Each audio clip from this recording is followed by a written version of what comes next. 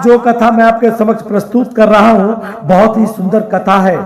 कथा है उस समय की कि जब जनक नंदिनी अर्थात माता सीता अपनी एक रुदन लीला करती है और भगवान शंकर को मिथिला आगमन अर्थात मिथिला में आना पड़ता है। तो मैं इस कथा को आपके समक्ष प्रस्तुत कर रहा हूं, तो बड़े ध्यान से सुने। भगवान शंकर और श्री राम जी में अनन्य प्रेम है।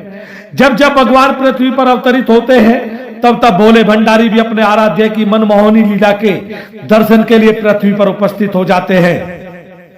भगवान शंकर एक अंश से अपने आराध्य की लीला में सहयोग करते हैं और दूसरे रूप में उनकी लीलाओं को देखकर मन ही मन प्रसन्न होते हैं। श्री राम अवतार में भगवान शंकर अपने आराध्य के बाल रूप के दर्शन के लिए श्री काकभूषणी के साथ वृद्ध ज्योतिषी के रूप में अयोध्या पधारे थे। श्री कृष्ण अवतार में भोले बाबा बाल कृष्ण के दर्शन के लिए जोगी वेश में गोकुल पधारे थे।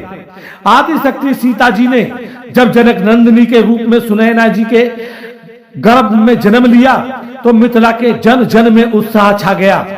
मिथिलापुरी में नूतन महोत्सव होने लगे। उस समय भी शंकर जी तंत्रिकाचार्य बनकर जनक लली के दर्शन के लिए मिथिला आए थे।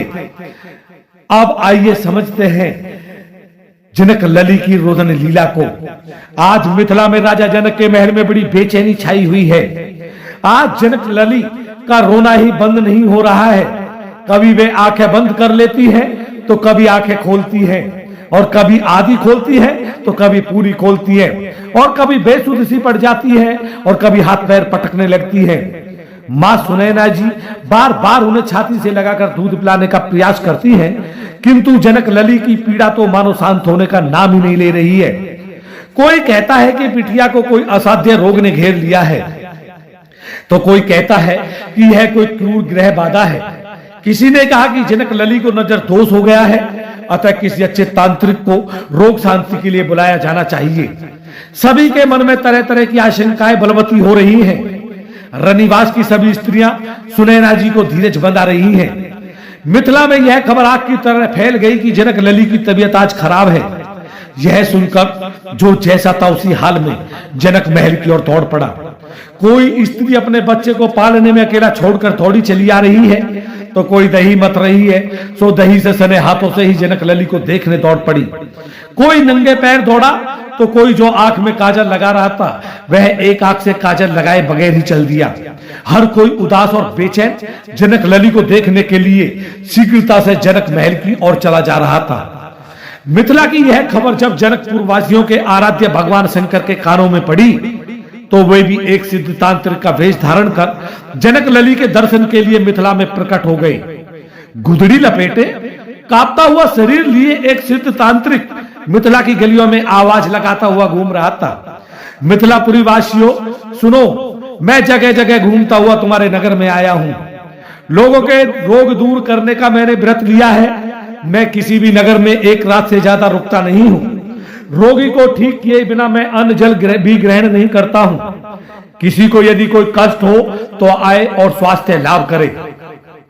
जनक महल में जब नगर में एक सिद्ध तांत्रिक के आने की खबर पहुंची तो महाराज जनक ने दक्षिका नाम की दासी को तंत्रिकाचार्य को बुलाने लाने के लिए भेज दिया। दासी ने तांत्रिक से कहा, आप शिशुओं के कष्ट दूर करने में समर्थ हैं, तो चलकर महाराज की पुत्री का कष्ट दूर करें। मन ही मन प्रसन्न होते हुए तांत्रिक अर्थात भगवान शंकर दासी के साथ मिथिला के अंतःपुर में जा पहुंचे। महाराज जनक और सुनैना ने उनका आदर पूर्वक स्वागत किया और उन्हें जनक लली के पास ले गए। बीमार जनक लली को देखकर भगवान शंकर भावावेश में मूर्छित हो गए। सुनैना जी को तो मानो काटो तो खून नहीं वाली स्थिति हो गई।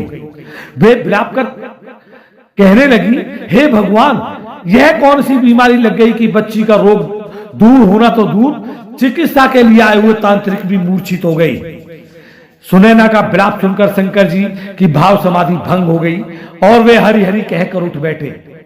सुनैना की व्याकुलता देखकर तांत्रिक ने कहा, मेरी चिंता मत करो मैया, गुरुदेव की कृपा और तंत्र मंत्र में निपुणता से मुझे कोई भी व्याधि छू भी नहीं सकती है। मैं तो अपने गुरुदेव का ध्यान कर बच्ची की व्याधि का पता लगा रहा था। आप देखती रहे, मैं कुछ ही पल में इसका रोग दूर कर दूंगा।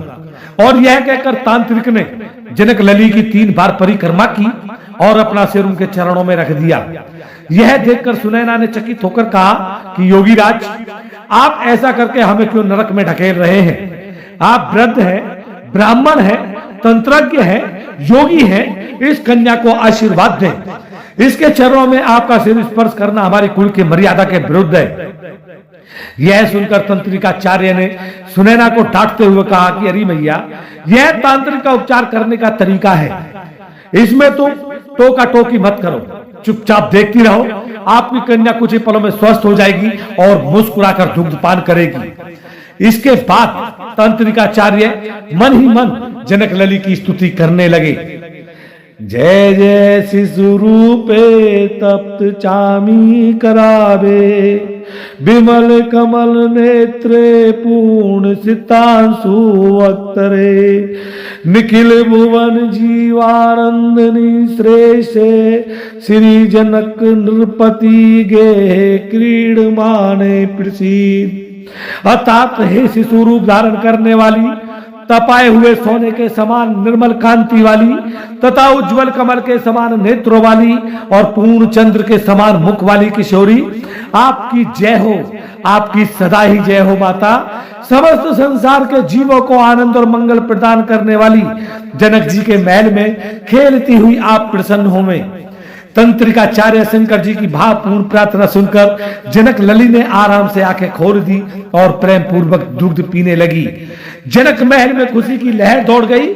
महाराज जनक और सुनैना ने तंत्रिकाचार्य पर सोने चांदी राजकोष आदि न्योछावर करने लगे, लेकिन शंकर जी उन्हें अस्वीकार करते हुए कहा, यह सब तो मेरे पर गुरु कृपा का प्रभाव है, मुझे सोना चांदी राज और कोष आदि से क्या लेना देना।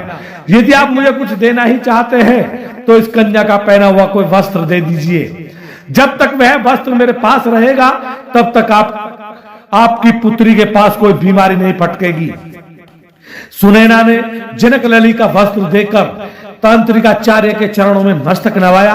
तंत्रिकाचार्य जनक लली को आशीर्वाद देकर पुनः उनकी 3 परिक्रमा करते हैं और उनके चरणों में अपना सिर स्पर्श कराकर महल से चले जाते हैं। जनक सुता जग जननी जानकी, अतिशय प्रिय करुणा निधान की, ताके जुग पद कमल मनावो, जासु कृपा निर्मल मति पावो। तो प्रिय भक्तजनों, इस कथा को मैंने आपके समक्ष प्रस्तुत किया कि कैसे जनक लली के दर्शन के लिए भगवान श्री शंकर अर्थात भगवान शिव कैसे एक वैद का रूप बनाकर प्रकट होते हैं और कैसे उनका उपचार करते हैं और क्यों उनके चरणों को अपने मस्तक पर लगाते हैं। तो मैंने इस समस्त बातों को आपके समक्ष प्रस्तुत किया और मैं आशा करता हूं कि आपको ये रहस्य, ये सार अवश्य समझ आया होगा और आप इसे आगे जरूर बढ़ाएंगे। इसी आशा के साथ मैं अपने शब्दों को पुनः विराम देने जा रहा हूं। जय भोलेनाथ, जय भोलेनाथ, जय भोलेनाथ।